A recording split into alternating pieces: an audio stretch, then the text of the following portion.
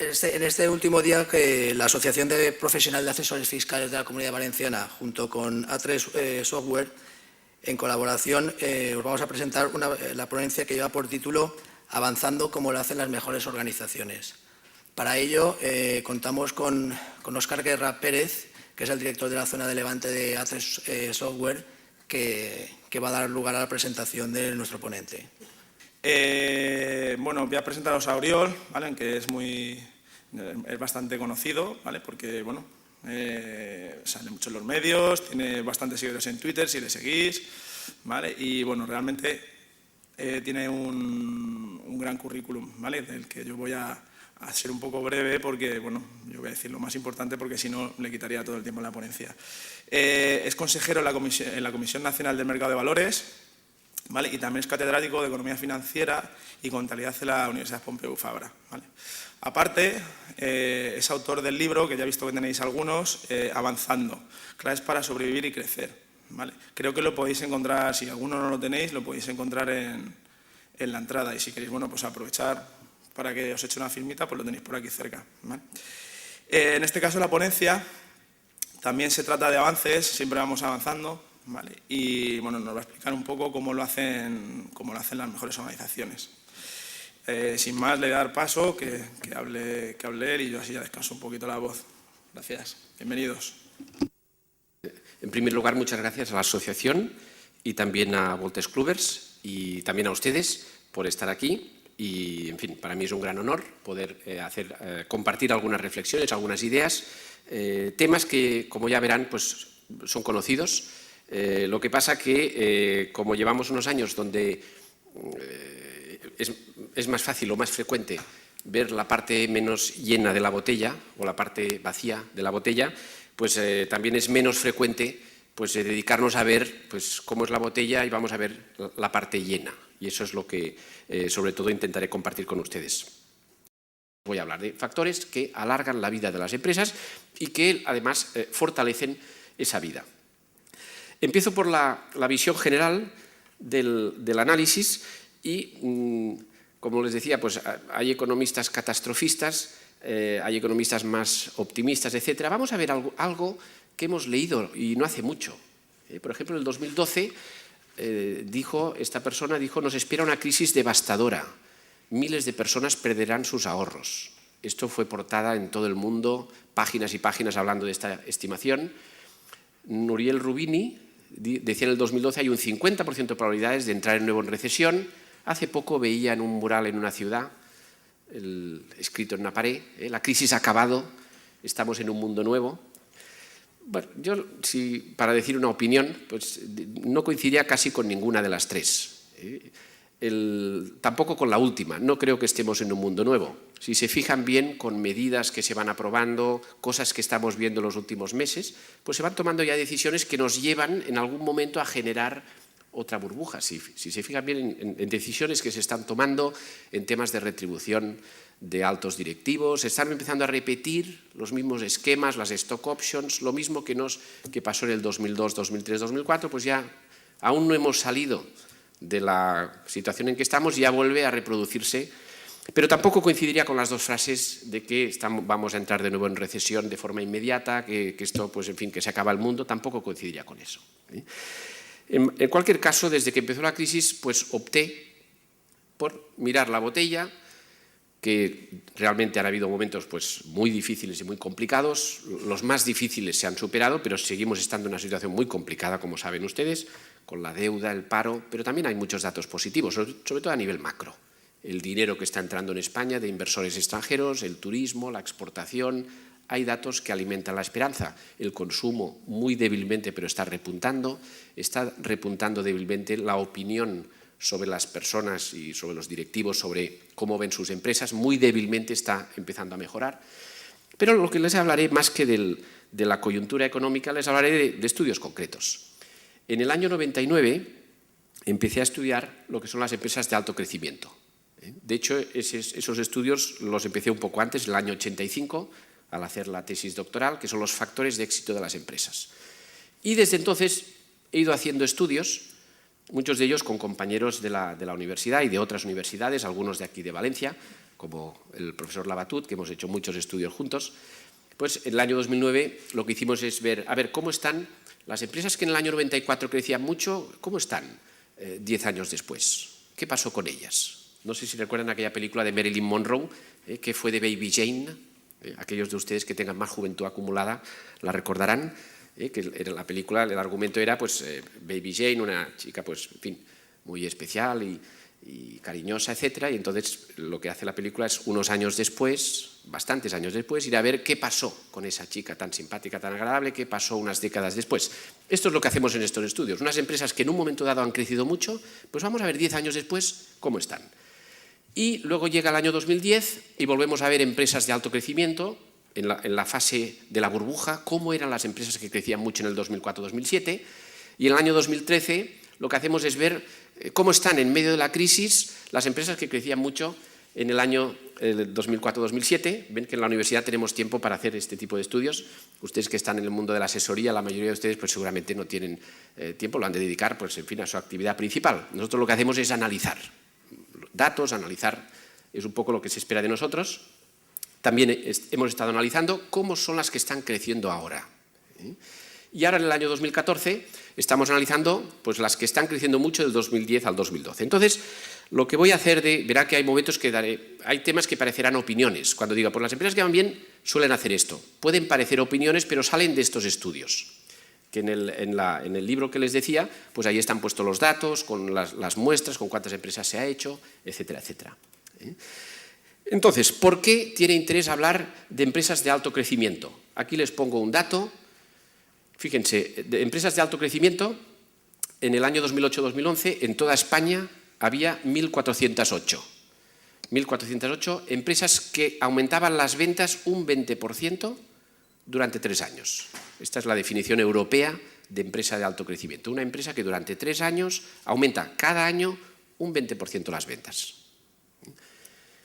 Entonces, estas empresas, una de las peculiaridades que tienen es que crean mucho empleo, que saben que es uno de los principales dramas que tenemos en la economía española.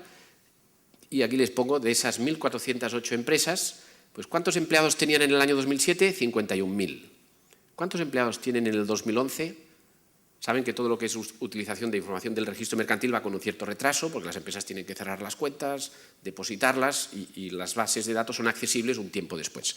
Entonces, en el año 2011, esas empresas tenían 133.000 puestos de trabajo. Fíjense las tasas de incremento de empleo de esos años. Son empresas interesantes porque son empresas que están ayudando mucho a curar un poco uno de los grandes males que tenemos en esta economía. Y entonces también, antes de pasar a ver pues, cómo lo hacen estas empresas, 2 observaciones. Una, cuando a veces nos dicen, oye, es que todas las empresas van mal, está cerrando casi todo el mundo. Bueno, vamos a ver unos cuantos datos sobre esto. En primer lugar, aquí tienen también datos de registro mercantil. Ustedes saben que en el registro mercantil pues, están los datos oficiales que depositan las empresas. Si hay alguna empresa que lo que deposita no es la realidad, pues ahí ya no le podemos hacer nada. Recuerdo hace algunos años hicimos estudios en la universidad para ver qué porcentaje de empresas maquillaban sus números y el porcentaje, teniendo en cuenta que en los años malos se maquillan hacia arriba, en los años buenos se maquillan hacia abajo, pues el porcentaje de empresas que de una forma u otra maquillan o lo que se llama la gestión del beneficio con criterios contables, pues el estudio decía que era el porcentaje próximo al 100%. De todas maneras, seguro que ustedes y sus empresas no hacen esas prácticas, esto seguro, y por eso decía próximo al 100%, porque las suyas no están, pero el resto parece que sí que hacen ese tipo de prácticas. Bueno, en cualquier caso, con los datos oficiales que están en el registro mercantil, lo que se ve, si se fijan en la primera línea, porcentaje de empresas que aumentan ingresos, bueno, realmente el año 2009 fue muy malo, solo el 27% de las empresas aumentaban las ventas, en cambio en el 2012, 56%. Aquí han de tener en cuenta que en España hay, de media y según cómo se mire, desde luego de empresas que depositan cuentas en el registro mercantil, las que han desaparecido son un 16%. O sea, en el año 2012, de las empresas que existían en el año 2007, pues un poco menos del 20% han desaparecido. O sea, lo que hay que tener en cuenta es que las que quedan, lógicamente, son las mejores, las más fuertes, las que han tenido más suerte o las que lo han hecho mejor. Pero parece que en el 2012 hay más empresas que tienen beneficios, un 68%. Aquí es posible, me decían algunas personas, me decían que es posible que alguna empresa a lo mejor tenga una pequeña pérdida, pero que prefiera declarar beneficio para que el banco no le corte la financiación, o sea, puede haber alguna circunstancia de este tipo. Y lo que también se ve, el beneficio sobre ventas, pues el año peor, el 2008, negativo, fue el primer año desde que hay datos en el registro mercantil, que si no recuerdo mal era el año 89-90, si no recuerdo mal, pues desde entonces el primer año en el que el conjunto de la empresa española registró pérdidas, el 2008. En cambio, en el 2012, el beneficio poco a poco también subiendo hacia arriba, un 2,7, que no es para tirar cohetes, pero si se fijan, en el año 2007, que era un gran año, el beneficio medio de las empresas españolas, un 3,9%, en el año 2007. Es decir, que de cada 100 euros que se vende, lo que se gana de media, pues no llega a 4%. Otro tema al que también me quería referir es que, claro, cuando analizas el tejido empresarial, pues hay que tener en cuenta al menos dos variables. Hay que tener en cuenta muchas, pero al menos dos. Hay sectores a los que las crisis les afecta más y luego hay sectores a los que el cambio tecnológico les afecta más. Por ejemplo, si hablamos de agencias de viaje, hay agencias de viaje que lógicamente se quejan de la crisis, pero a las agencias de viajes, como estoy en el eje de la derecha abajo, son sectores con más impacto del tecnológico y luego más impacto de la crisis. Claro, a las agencias de viaje, pues todo lo que es los viajes por internet, todo esto le está afectando mucho. Cuando una agencia de viajes nos dice, oye, me está yendo muy mal por la crisis, hay que tener en cuenta también que hay el tema del cambio tecnológico y hasta qué punto esa empresa es capaz o ha podido adaptarse a ese cambio. Me gustaría hacerles una pregunta muy simple. Entonces, la pregunta es, ¿alguno de ustedes antes tendía más a contratar el viaje en una agencia de viajes y ahora tiende más a comprarlo por internet desde su ordenador? ¿Alguno de ustedes lo hace así? ¿Pueden levantar la mano? Muy bien, muchas gracias. Hasta el compañero del vídeo también. Es lo mismo. Bueno, pues entonces, cuando una agencia de viajes tiene problemas y vemos agencias que cierran, hay los dos fenómenos. Si nos vamos a sectores con más impacto en la crisis, por ejemplo, podríamos hablar de supermercados. Hay muchos supermercados que van mal. A un supermercado le afecta menos el cambio tecnológico, sería el eje que está aquí en la izquierda abajo. Un supermercado le afecta menos el cambio tecnológico, pero sí le afecta mucho la crisis. Ahora bien, lo que quería incidir con este cuadro es que en todos los sectores nos hemos encontrado con empresas que van muy bien. Y nos hemos encontrado agencias de viajes que van muy bien, periódicos que van muy bien. La mayoría de ellos son periódicos que han nacido ya con crisis. Y han nacido ya pensando que a lo mejor venden papel aún, pero ya se han organizado para en el fondo, serán periódicos digitales. Pueden hacer papel o no hacerlo. Es decir, que no todos los sectores muy afectados por la crisis o por el cambio tecnológico van mal. Hay empresas excelentes, y en el libro las analizamos en detalle, de todo tipo de sectores. Inclusive hay empresas que van muy bien en el sector de la construcción. Lo que es posible es que una parte importante de su actividad la estén haciendo fuera de España. Pero es la misma empresa, la misma figura societaria que tiene una buena parte de su actividad fuera de España y le va muy bien. Bueno, entonces dicho esto, paso al primer punto. Visión general del análisis. Cuando hemos identificado empresas que van muy bien, lo hemos hecho de la forma siguiente. En el año 2011 identificamos 800.000 empresas que estaban en la base de datos SABI del registro mercantil, 800.000 empresas, y de esas 800.000 empresas lo que miramos es las empresas que tenían más de 10 trabajadores y que durante 3 años habían aumentado las ventas un 20%. Y ahí nos salieron una serie de empresas. También miramos empresas que, aunque no aumentaban las ventas, aumentaban los beneficios. Y sobre todo lo que hemos hecho es concentrarnos en 100 empresas, porque tampoco podíamos, porque a todas ellas las hemos entrevistado, no podíamos entrevistar a muchas más, pero a muchas más empresas hemos hecho encuestas y hemos identificado los factores que diferencian a las que van mejor de las empresas que van peor. Y el modelo que hemos usado para el análisis es, primero, analizar los temas de las personas, el liderazgo. Luego hemos analizado temas culturales, luego el modelo de negocio y, finalmente, antes de llegar al control de la estrategia, pues cómo se ejecuta la estrategia. Esto es lo que hemos analizado. Hemos ido por partes y hemos evaluado primero cómo son las personas. hablando con los líderes o las líderes, con entrevistas en profundidad, haciendo preguntas, intentando identificar las diferencias entre esas, en las empresas que van mejor, cómo son las personas que tienen al frente. Es como si ahora tuviésemos, les decía antes, como si tuviésemos un grupo de personas que tienen más de 100 años y al lado tuviésemos, en fin, pues, información sobre personas pues, que fallecieron pues, en fin, a edades mucho más tempranas y buscásemos las diferencias. Esto es lo que hicimos. Cuando hablamos de liderazgo, hay una serie de características que se suelen repetir en las empresas que van mejor. Lógicamente, cada empresa es un mundo y ustedes conocerán personas que fuman mucho y a lo mejor tienen 120 años, vamos a suponer, son aquello que se dice la excepción que confirma la regla. Cuando hablamos de las personas, hacemos las entrevistas, hay una serie de características que suelen repetirse en las empresas que van muy bien y que además el ir bien no es consecuencia de un pelotazo, sino que consiguen que ese ir bien se mantenga en el tiempo, que sea sostenible. Fíjense, aquí hay una serie de características, no se las voy a leer todas, pero destacaría la tercera, por ejemplo, la humildad.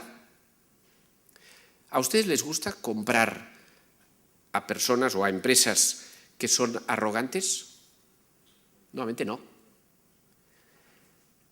Si cogemos al señor Juan Roig, que ustedes lo conocen mucho, y en un extremo tendríamos arrogancia 100% y en el otro lado humildad 100%, ¿a Juan Roig dónde lo ponemos? ¿Más cerca de la humildad o más cerca de la arrogancia? ¿Perdón? ¿Y usted? Humildad, arrogancia, bueno, no hay unanimidad. Saben, lo hablábamos con Tony viniendo que, claro, es una empresa que lo está haciendo muy bien durante años y, pues, lógicamente, cuando lo haces bien estás más expuesto, hay más información y puede haber más crítica. Yo, en el caso, lo conozco personalmente y también por lo que hace, etcétera, etcétera, lo pondría más en el eje cercano, o sea, lejos de la arrogancia, pero es una opinión. En cualquier caso, pues por suerte, pues todos somos diferentes y tenemos apreciaciones diferentes, pero normalmente las personas que son arrogantes, a la corta o a la larga, pues les pasan factura, porque eso hace perder ventas, hace perder buenos empleados. La persona arrogante es la típica que a uno le dirá, oiga, usted, en esta empresa no hay nadie insustituible. Y eso no es verdad. La mayoría de empresas tienen personas que son insustituibles. Y una persona humilde no dirá eso. Hay muchas empresas que se han hundido precisamente por dejar marchar o hacer marchar a personas de gran utilidad. Destacaría la humildad, destacaría el win-win. Personas que son capaces de el yo gano, tú ganas. Y eso, ayer lo hablaba con un amigo aquí valenciano, y bueno, pero esto es para grandes empresas. No, esto yo diría que también es para una empresa que es un pequeño negocio, un pequeño comercio, una parada en el mercado. Conseguir el win-win, yo gano, tú ganas. En el mundo está lleno, perdón, permítanme la expresión, de estúpidos. El estúpido es lo contrario. El estúpido es yo pierdo, tú pierdes. Seguro que conocen personas que perjudican a los demás perjudicándose a sí mismo. Esa es la definición de estupidez. El win-win sería lo contrario, la inteligencia. Personas que consiguen que ganen los demás ganando ellos mismos. Destacaría una tercera característica que es la resiliencia. Una palabra muy próxima a resistencia, la capacidad de resistir en momentos complicados. Otro tema, la urgencia. Las empresas que van muy bien, normalmente hablas con la persona que está al frente o con las 2 o 3 personas que están en la cúpula, si es una empresa pequeña, lógicamente con el emprendedor o la emprendedora, y normalmente son personas que tienen sentimiento de urgencia. Les hablas de, oye, ¿cómo va la empresa? He visto que vais muy bien, y te dicen, sí, pero tenemos un problema en tal delegación que no acabamos de conseguir vender. Están siempre con sentimientos de urgencia. Esto es el liderazgo. Una segunda característica del modelo de análisis que hemos hecho es la cultura. ¿Cómo es la cultura de empresa? La cultura se refiere a temas como la misión, la visión, un reto importante de futuro, cómo estaremos dentro de unos años, y los valores. Es verdad que esto que les pongo ahora suele estar más formalizado en empresas medianas o grandes. En las empresas pequeñas, esto que les digo ahora de la misión, visión, pues suele estar en la cabeza de la persona que ha puesto en marcha la empresa, pero no lo tiene tan formalizado. Pero existe una misión, una visión, lo que pasa es que en una empresa muy pequeña pues está no escrita, digamos, está menos formalizada. Entonces, como les decía, pues entrevistando a esas empresas hemos encontrado que suelen tener diferencias en lo que es la cultura. La cultura es cuando una persona se va de la empresa o se vende en una máquina, hay unos activos que siguen. Esos intangibles, en parte, serían lo que entendemos por cultura. Por ejemplo, si hablamos de Mercadona, ustedes la conocen muy bien, una empresa que satisface muy bien las necesidades de sus clientes, trabajadores. Seguro que a alguno de ustedes, a lo mejor es una empresa que no les gusta, pero los datos globales del mercado saben que en este sector es prácticamente la empresa que está yendo mejor. Aquí, además, en la Comunidad Valenciana tienen otra también muy fuerte en el sector de la distribución alimentaria. Ahí están muy fuertes. La visión, les pongo otra empresa, Mango, estar presente en todas las ciudades del mundo, como una cadena de moda. Los valores, fíjense en los valores de Desigual, las claves del éxito, las personas, el producto, destacaría el último, la diversión. Las empresas que avanzan y que van mejor que las demás suelen tener más estructurados este tipo de temas que son culturales.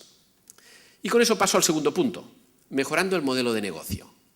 ¿Cómo han mejorado el modelo de negocio las empresas que en estos momentos van mejor? ¿Qué han hecho en el modelo de negocio? El modelo de negocio, como les hablaba primero del liderazgo, de la cultura, el modelo de negocio es lo que hace la empresa. El modelo de negocio es cuando el emprendedor genera o detecta una necesidad, a partir de esa necesidad hace una propuesta, su propuesta de valor. Suele ser una idea y esa idea tiene que conseguir satisfacer al cliente. Lo que está dentro de esta caja roja, eso es el modelo de negocio.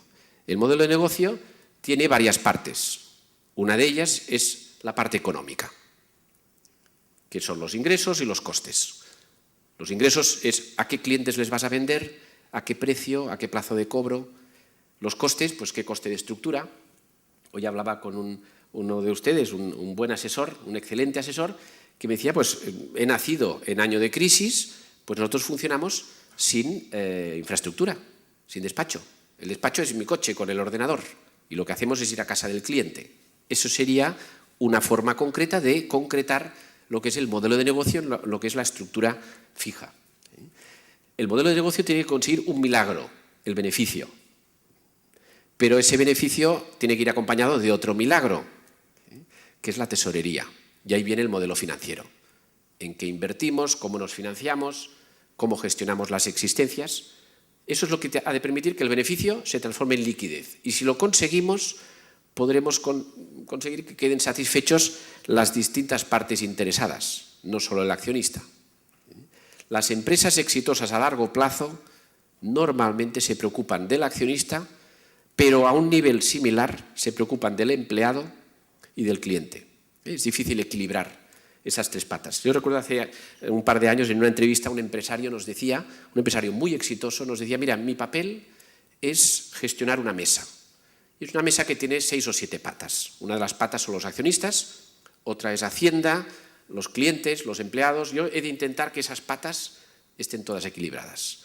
Si de repente hay una pata en la que lo hago muy bien o muy mal, lo hago muy mal, pues esa mesa de repente habrá una pata que sea mucho más larga y una mesa de 6 patas con una que es más larga, esa mesa no hay forma de gestionarla. Pues bien, cuando hablamos de qué han hecho las empresas que van bien con su modelo de negocio, nos encontramos, por ejemplo, ideas buenas. Ustedes conocen muy bien el siempre precios bajos de Mercadona. ¿De dónde salió esa idea de siempre precios bajos? ¿Alguno de ustedes lo sabe? ¿De dónde? De Walmart, exacto. En un viaje ya hace bastante tiempo de Juan Roch y su familia, viendo Walmart, pues lo que hicieron es, y él lo explica muy a menudo, para innovar en el modelo de negocio normalmente lo que se suele hacer es copiar. Copiar, estamos hablando en términos legales, cosas que se pueden copiar, como es el lema, siempre precios bajos, always low prices, pero cuando copias descartas, y Mercadona descartó muchos temas que tenía el Walmart, la forma de gestionar los temas de relación con los empleados, con la sociedad. Walmart es una empresa muy litigiosa, con muchos litigios. En alguno de ellos hay un litigio en concreto de mujeres empleadas de Walmart, que es una denuncia que le han hecho más de 2 millones de empleadas de Walmart. Entonces, Mercadona ha seguido parte del modelo de negocio de Walmart, pero descartando aquello y luego poniendo actos de fe. Les pongo al lado Carrefour Express, una buena idea. ¿De dónde salió el Carrefour Express? Pues la primera cadena británica, Tesco Express. Es decir, que a veces para innovar no hace falta enviar cohetes a la luna. Es simplemente identificar mejoras en cualquier área de lo que es el modelo de negocio, ya sea en administración, en contabilidad, en marketing, comercialización, en producción. Identificar mejoras que pueden satisfacer mejor a los clientes generando valor. Y el valor es dinero que puede llegar a la tesorería de la empresa. Ese dinero es lo que puede permitir retribuir mejor a las distintas partes interesadas. Como decía Albert Einstein, la locura está en hacer lo mismo y esperar resultados diferentes.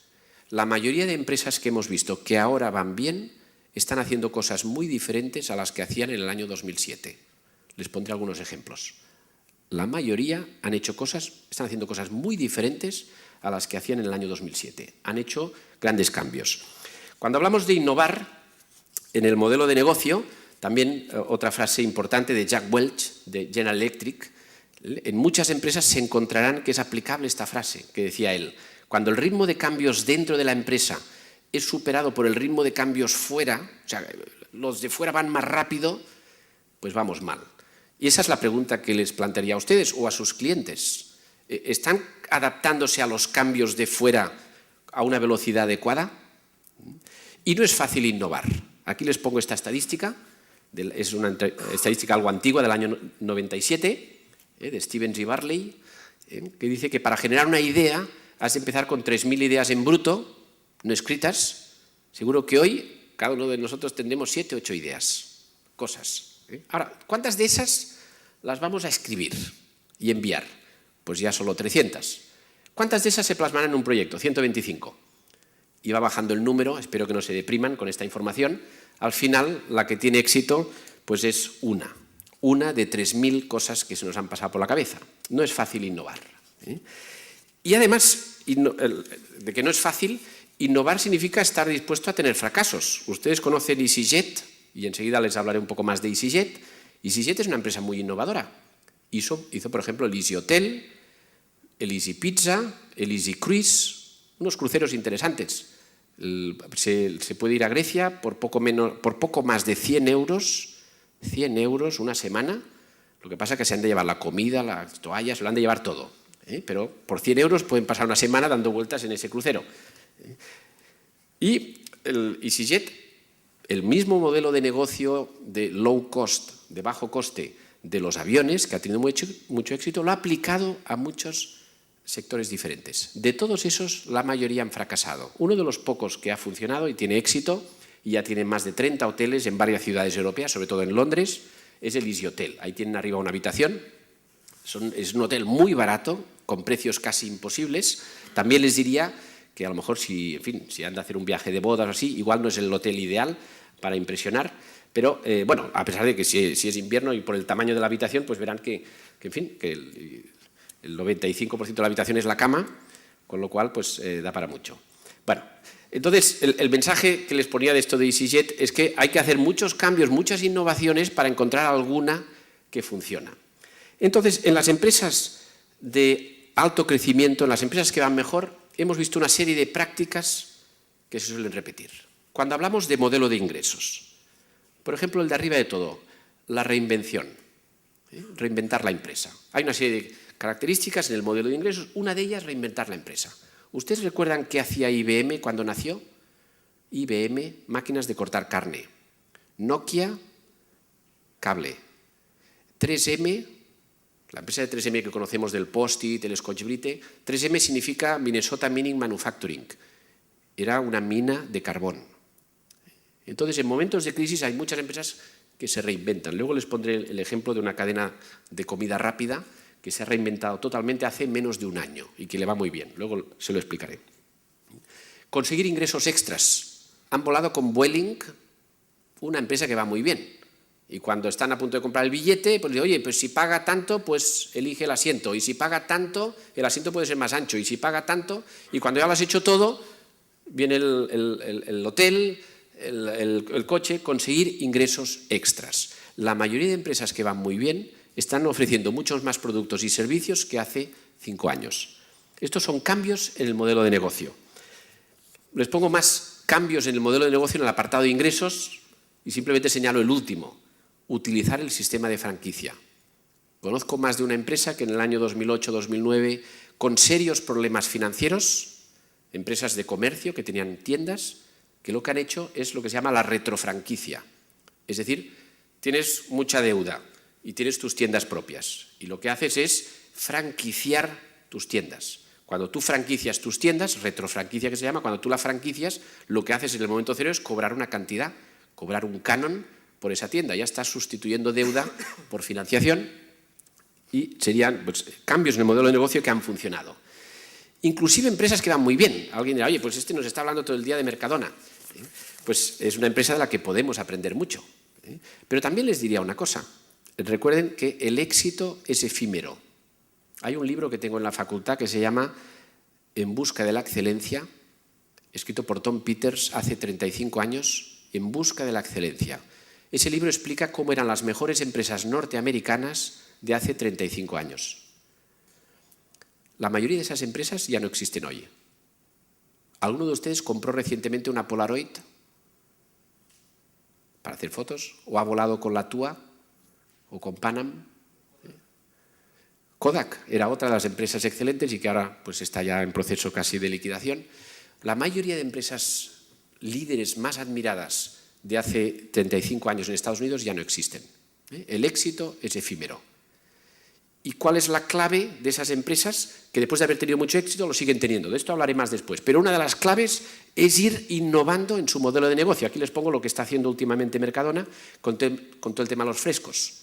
Una empresa súper excelente que ha identificado que en el tema de los frescos no lo estaban haciendo bien y esa es la prioridad que han anunciado y están haciendo cambios muy importantes. Por tanto, empresas que van bien siguen yendo bien porque hacen cambios importantes en su modelo de negocio. Para hablarles de otra empresa valenciana, Dulcesol.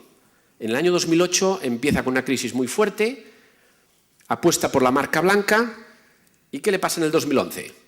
Que pierde el contrato de interproveedor de Mercadona. Eso significa la sentencia de muerte para muchas empresas. ¿Y cómo le va hoy a Dulcesol? ¿Bien o bien? Le va bien. ¿Y qué ha hecho? Cambios en su modelo de ingresos. Potenciar la exportación. Muchas empresas lo que han hecho es buscarse la vida fuera, cuando el consumo dentro cae o le pasa lo que decimos aquí con el contrato de Mercadona. La exportación representaba el 3% en el 2008, el 15% en 2013. Actualmente en el 2013 es el líder del sector, casi doblando la producción de Siro. O sea, es una empresa que le va bien, pero es que ha hecho cambios muy importantes. Por tanto, uno de los temas que verán que iré insistiendo es el tema de cambiar, la resiliencia. Ante los momentos complicados, tener la capacidad para cambiar. Pero además del modelo de ingresos, decíamos, hay que generar beneficio. Aquí tenemos el modelo de costes. Y en el modelo de costes, pues podríamos hablar también de muchas técnicas que usan las empresas que les va mejor. Hablaría, por ejemplo, de la reorganización. Empresas que se han rediseñado por completo. Claro, lo tienen mejor las empresas que nacen en años de crisis porque como nacen en años complicados ya nacen con una estructura adecuada. En los años de crisis se crean muchas empresas y muchas de ellas son muy sólidas. Por hablar de una empresa, de algunas empresas que conocen muy bien, por ejemplo Ferrari. Ferrari nació en un año de crisis, en el año 29.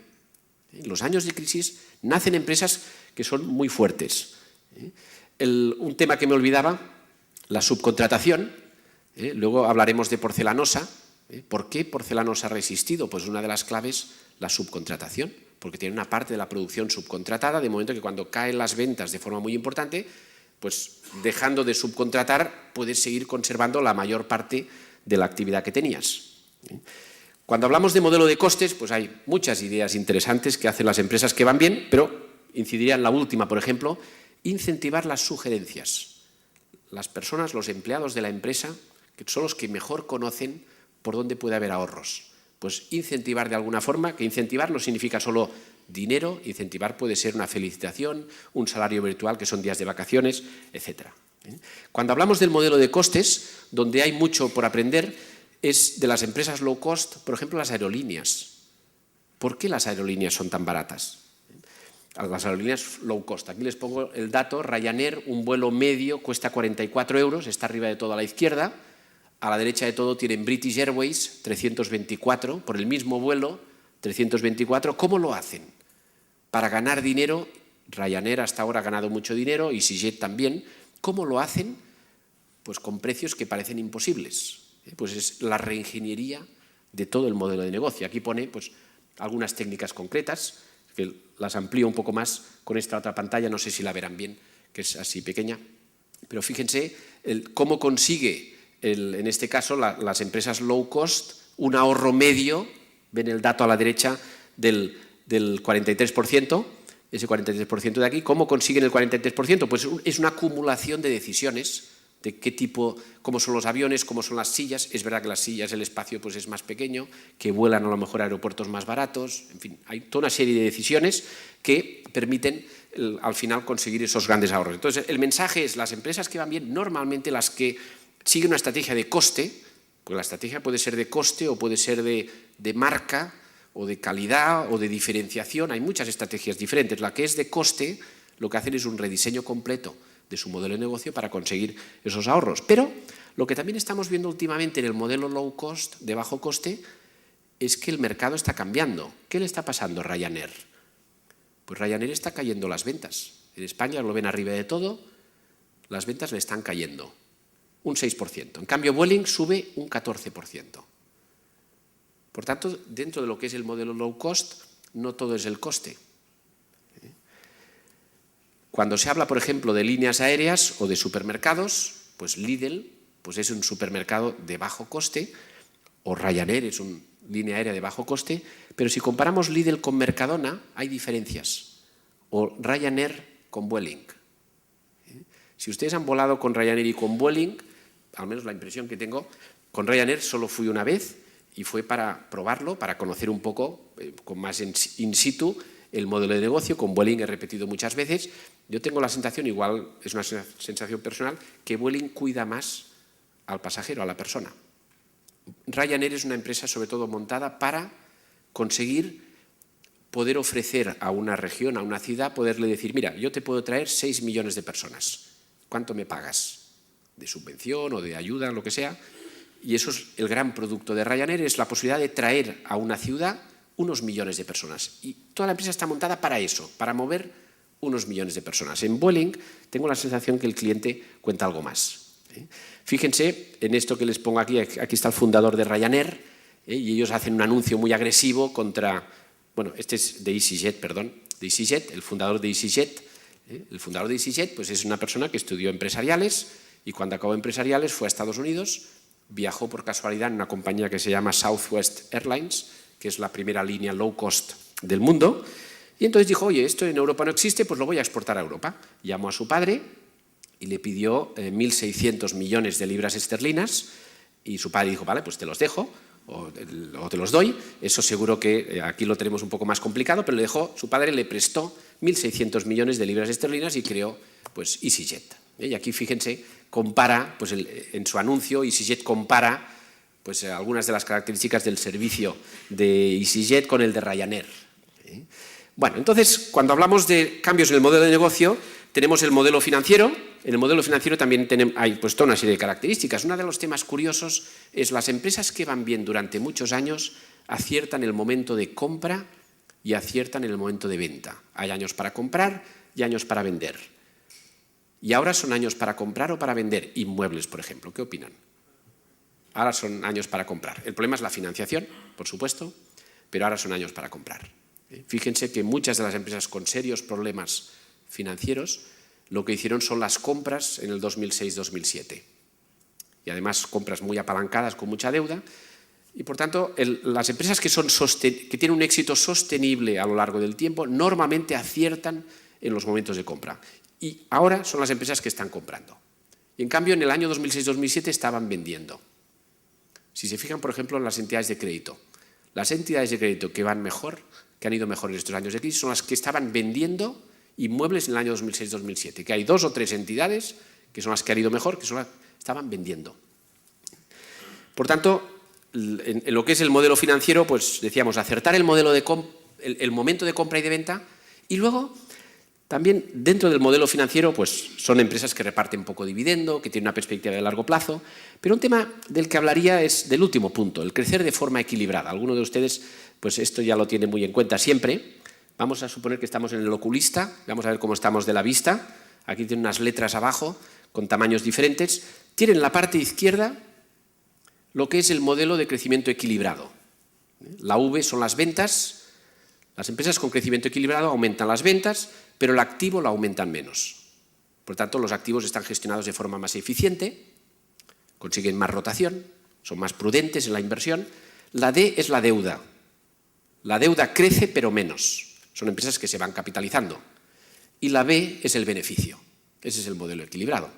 Las empresas exitosas de forma sostenible suelen tener ese crecimiento equilibrado. Y en la parte derecha tienen la muerte de éxito. Son empresas que las ventas les aumentan, pero hacen grandes inversiones y normalmente en medio de burbujas. La A, como ven, crece mucho más. ¿Y cómo lo financian? Pues todo con deuda, y la B baja, igual, la B que hay al final, la B igual ya no la verán, pues ese es el beneficio si lo hay. Eso sería la muerte de éxito. Son empresas que ves unas grandes inversiones en activo, que eso es lo que se ve de una empresa, el activo. Lo que ya no ves es la deuda, o ya no ves tanto si gana o pierde dinero. Entonces, buenas prácticas en el modelo financiero es ese crecimiento equilibrado. Cuidar la inversión y cuidar la deuda. Les hablo de otra empresa valenciana también, Porcelanosa. ¿Por qué Porcelanosa no ha cerrado? Fíjense las ventas arriba de todo. En el año 2007, Porcelanosa vendió 210 millones de euros. En el año 2009, 131. ¿Cómo puede soportar una caída de ventas casi de la mitad? ¿Cómo se soporta eso? Pues en verde tienen una de las explicaciones. Aquí les diría, una clave es la subcontratación, una parte de la facturación de la producción estaba subcontratada, de forma que cuando cae la actividad, pues dejas de subcontratar y sigues con el núcleo de la empresa, ¿no? Pero otra clave sería la capitalización. Fíjense qué nivel de capitalización, o sea, patrimonio sobre activo, en el año 2007, 59%. 59%. Cojan ahora empresas del sector de la cerámica que han cerrado muchas. Varias están en concurso de acreedores, en situaciones muy débiles. Y ustedes miren qué proporción de deuda tenían en el año 2007. Normalmente las empresas que han cerrado en el año 2007 tenían deudas o capitalización, digamos, capitalizaciones del 10, 12, 15%. Siempre se ha dicho que la capitalización de media ha de estar alrededor del 40-50%. Eso es lo saludable. Lo que sí es cierto es que eso es muy complicado y más en momentos actuales. Pero estamos hablando, a ver, los que les va bien, ¿cómo son? Pues tienen más capitalización. También es cierto que empresas que van muy bien y están muy capitalizadas, a lo mejor en los años iniciales han tenido mucha deuda. O sea, siempre hay momentos en los que las empresas han de arriesgar mucho para aprovechar alguna oportunidad. Paso al cuarto punto. Las empresas de alto crecimiento. Resumiendo un poco lo que he comentado hasta ahora, ¿cuál es el modelo de negocio de una empresa de alto crecimiento? Pues son empresas que apuestan más por las personas, por ejemplo, por la formación, por la retribución variable, que apuestan más por la calidad, por la innovación, por la internacionalización, tienen clientes más satisfechos, son más innovadoras en productos nuevos, y tienen unas finanzas más prudentes, reparten menos dividendos, al final generan más valor. Esto que puede parecer una afirmación, pues una opinión subjetiva, les doy algún dato. Por ejemplo, las empresas de alto crecimiento en estos años han invertido sobre la masa salarial el 2,4% de las ventas. Este dato medio en la empresa española es un 0,7%. Invierten más dinero en formación. Invierten más en calidad. Tienen el 70%, las empresas de alto crecimiento de estos años, el 70% tienen una certificación de calidad. ISO 9000 o la que sea. ¿Cuántas empresas españolas tienen una certificación de calidad? El 5%. O sea, apuestan más por la calidad. Apuestan más por la I+D. Las empresas de alto crecimiento en estos años están invirtiendo sobre ventas el 2,5% en I+D. La media de la empresa española, 1%. Y tienen más venta de producto nuevo. Como innovan más, venden más producto nuevo. Ese 35% que les pone ahí es, de las empresas de alto crecimiento, el 35% de las ventas son productos lanzados al mercado en los 2 años anteriores. En la media de la empresa española es un 13%. O sea, Esto sería un poco el resumen de cómo es la empresa de alto crecimiento. Les pongo un ejemplo de empresa de alto crecimiento, Metalquimia. Es una empresa que se dedica a fabricar maquinaria para cortar carne, del sector cárnico. Es una empresa que dedica el 20% de los beneficios al personal, retribuyendo sus ideas, el 20%. Invierten en I+D el 10-15% de las ventas. Exportan, está abajo de todo, el 90% de su negocio. O sea, de su cifra de negocio, 90% ventas. ¿Qué significa innovar? Alguien dirá, oye, pero estás hablando de empresas multinacionales. Les voy a poner un pequeño ejemplo de qué significa, o sea, qué hay que hacer para ir muy bien, incluso en momentos muy complicados. Esto es una fotografía de un restaurante chino que había muy cerca de donde vivo, que iba muy bien, hasta que hace unos 15 años salieron unos informes de la policía diciendo que no estaba claro qué pasaba con los ciudadanos chinos que venían aquí, si se morían, si no, qué pasaba cuando se morían, etc. Ese restaurante tuvo que cerrar. Al cabo de un tiempo, en la misma ciudad, un día vi un restaurante japonés, entré y mi sorpresa fue al entrar que me encontré dentro, vestido de japonés, al propietario del restaurante chino, del que les hablaba. Había hecho una innovación muy importante, se había transformado en un restaurante japonés. Aprendió a hacer el sushi, estaba su mujer también por ahí, siempre en la caja, con el mismo modelo de negocio. Verán, en los restaurantes chinos, siempre la mujer en la caja, el hombre en la cocina. Ese hombre seguía con el mismo modelo, pero disfrazado de japonés. Le fue muy bien hasta que empieza la crisis, y cuando empieza la crisis, el restaurante japonés empieza a ir hacia abajo, y entonces lo que ha hecho es, con otro socio, poner un wok. Ha hecho un wok. Si se fijan en las sillas que hay aquí, pues las sillas, voy un momento hacia atrás, las sillas son las mismas sillas y las mismas mesas, es el mismo proveedor de muebles, etcétera, las mismas sillas, lo que pasa es que aquí tienen 100 y pico, en una especie de polideportivo, en un polígono industrial, el mismo tipo de comida cocinada de una forma diferente, en plan buffet libre. Aquí tienen a las personas, pues en fin, yendo a buscar la comida con un modelo de precios y tal, y entonces le pongo aquí los números, comparado con la media del sector. Beneficios sobre ventas un 9%. En ese restaurante hay 28 empleados, sirven 662.000 cubiertos y los números les van de fábula. Y dirán, oye, pero esto es muy fácil. Bueno, no sé si es fácil. Una persona que tiene un restaurante chino, transformarlo en un japonés y luego hacer un wok, ahí hay muchos cambios y muchas adaptaciones a hacer. Aquí les pongo otro caso, de una empresa que tiene varios restaurantes aquí en la ciudad de Valencia, en Castellón también tiene varios, Nostrum, no sé si alguno de ustedes la conoce. Ellos le llaman la comida de mamá para llevar. Esta empresa nace pocos años antes de la crisis y hace 2 años las ventas se les hunden. Entonces lo que hicieron es una serie de cambios, cambiar la decoración, es lo que les decía antes de la reinvención de la empresa. Y en concreto lo que hicieron es bajar los precios a la mitad. Si van a comer a esta empresa, es comida básicamente para llevar, a pesar de que hay mesas y todo, pues ellos bajaron los precios un 50%. Hicieron un rediseño completo de la empresa para que salieran los números bajando los precios un 50% y el menú, haciendo 2 platos y postre más bebida, suele ser 4-5 euros, porque la mayoría de platos valen entre 1 y 2 euros. Si no hubiesen hecho esos cambios no existirían. Hablaba hace 2 días con el presidente de la empresa, me decía que desde que tomaron esa decisión de cambiar totalmente la empresa, que fue hace 1 año, han multiplicado las ventas por 3. Si no hubiesen hecho esos cambios, la empresa ya no existiría. Paso al punto 5, las empresas centenarias. ¿Y cómo son las empresas centenarias?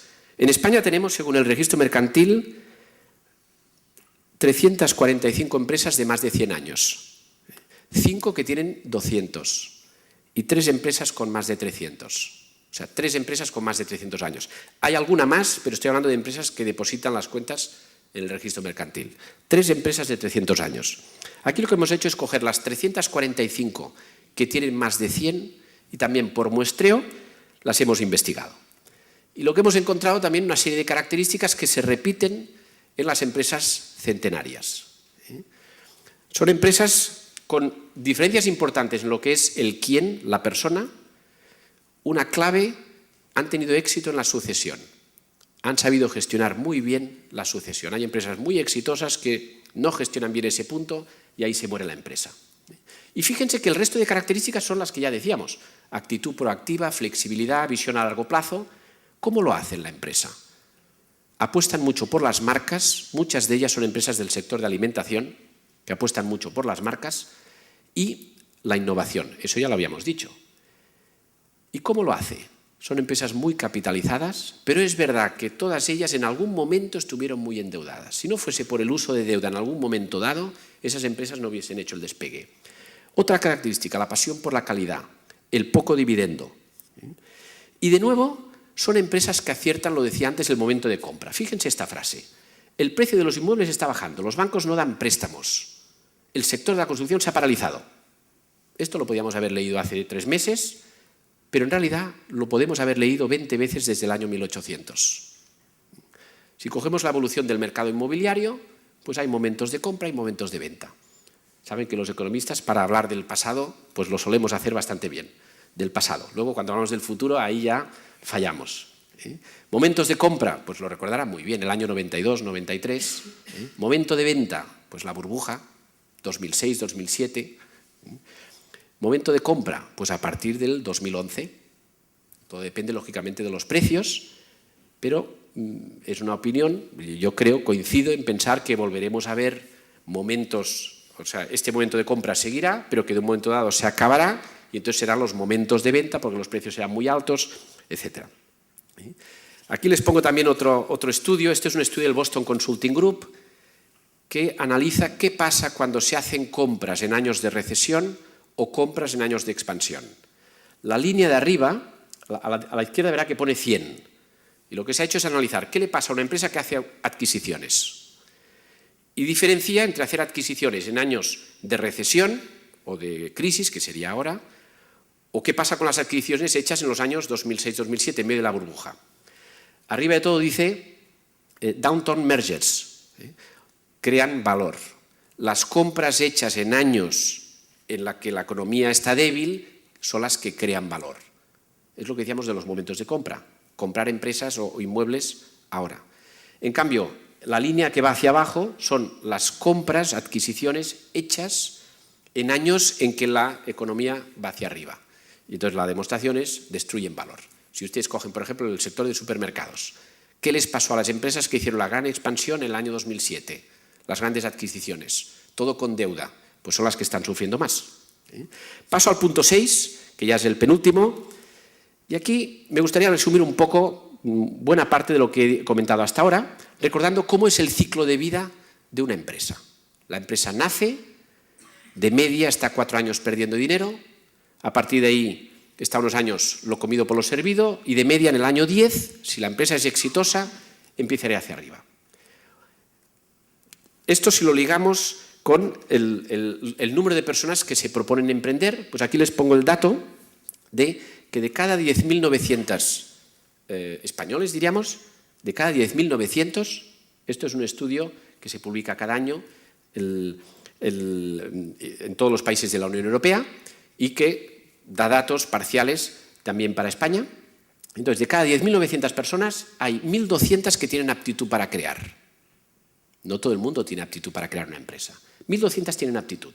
De esas 1.200, hay 603 que ponen en marcha una empresa. Y de esas 603, hay 208 que siguen vivos la empresa 4 meses después. O sea, de las 600 que se proponen crear la empresa, 200 son los que consiguen que 4 meses después la empresa siga viva. ¿Y cuáles son las diferencias de esos que consiguen que en 4 meses la empresa siga viva? Pues temas de los que hemos hablado, el liderazgo, la experiencia previa, conseguir financiación, ahí están las claves. Por eso a los que se proponen emprender que no tienen financiación, pues ahí es donde les hemos de ayudar. Hay países donde es mucho más fácil emprender, sobre todo por la financiación. Aquí en el nuestro se suele decir aquello, pues oye, o tienes familia, amigos o algún loco que te presta, o no vas a poder tirar hacia adelante. Por tanto, tenemos 208 empresas. De esas 208 empresas que siguen vivas 4 meses después, ¿cuántas quedan en el año 4? 104. Ahora viene otra estadística que espero que tampoco les deprima. Quedan 104. Esas 104, ¿qué diferencias tienen con las que seguían vivas unos años después? Vuelve a salir el liderazgo. Y aquí añadiría, por ejemplo, la calidad. Apostar por el marketing, la capacidad de cooperar con otras empresas, con otras personas, incluso con competidores, y siempre va saliendo la financiación. Quedan 104 empresas. De esas 104, En el año 10 quedan 51. Y de esas 51 hay 36 que consiguen tener un alto crecimiento. ¿Cuáles son las características del alto crecimiento? Ya lo he comentado. Vuelve a salir el liderazgo, la retención variable, el capital, etcétera, etcétera. Quedan 36. Y de las 36, hay unas que siguen creciendo, solo el 2%, y siguen creciendo 4 años después. La mayoría se estabilizan, un 78%, y el 19% desaparece. Una empresa que después de tener unos años de alto crecimiento sigue creciendo, podríamos hablar de Inditex, por supuesto, pero una de tamaño más pequeño, pues es Desigual. Desigual, esa empresa textil, si ustedes piensan, ¿qué está haciendo hoy y qué hacía en el año 2007? En el año 2007 hacía ropa para chica joven. ¿Qué hace hoy? Pues en 4 o 5 años ha empezado a hacer ropa para bebé, para hombre, hace maletas, bisutería, bañadores, perfumería. Es lo que decíamos de la innovación. Por tanto, no es fácil tener ese crecimiento y luego nos vamos a las empresas, aquí ya sería 0,00, que son las que viven 100 años después. ¿Y cómo son esas empresas? Pues son temas que también hemos comentado. La humildad, la sucesión, acertar en los momentos de compra, las finanzas prudentes, etcétera, etcétera. Sería un poco un resumen de las claves del éxito a lo largo del ciclo de vida de una empresa. Y ya para finalizar paso a las conclusiones. ¿Cómo lo hacen las mejores organizaciones? Pues les diría una serie de características. Si tuviese que escoger 10, pues escogería las que les voy poniendo. Algunas hacen referencia a las personas, otras hacen referencia a la forma como se organizan y el modelo de negocio, la innovación, la internacionalización, la capacidad para diversificar, poca deuda va saliendo siempre. Otro que les añado aquí, no especulan con derivados financieros o temas alejados de su campo de experiencia. Hace poco veía unos datos, por ejemplo, todo lo que se conoce como productos financieros más complejos, una estadística muy interesante que dice que el 75% de las personas que operan con productos complejos, derivados, etcétera, el 75% tiene pérdidas. No ahora, es una estadística de muchos años. El 75% pierde dinero. Lo que pasa, claro, el que nos lo explica es el que gana. Y entonces, como solo nos lo explican los que ganan, nos pensamos que todos ganan. Bueno, el número 10, compran años de compra. Y si de estos 10 tuviese que escoger 3, ¿con cuáles me quedaría? Los que les pongo en azul. El liderazgo, la flexibilidad y la innovación y la excelencia. Y si de los 3 tuviese que escoger uno, la persona. La persona que está al frente de esas empresas. Piensen en las empresas muy exitosas y verán que normalmente todas ellas tienen al frente 1, 2, 3 personas que son las que realmente marcan la diferencia. Entonces, voy ya finalizando, simplemente recordar que la vida nos la podemos tomar de muchas maneras. Fíjense en este dibujo. 2 peces, uno vivirá, el otro no, y verán que tiene mucho que ver con la pose de cada uno, ¿no? Esto ya, para finalizar, pues me recuerda una frase de un cura muy conocido que tiene 80 y pico de años, que dice, él siempre dice, la vida no es como te la dan, sino la vida es lo que tú haces con lo que te dan. Muchas gracias.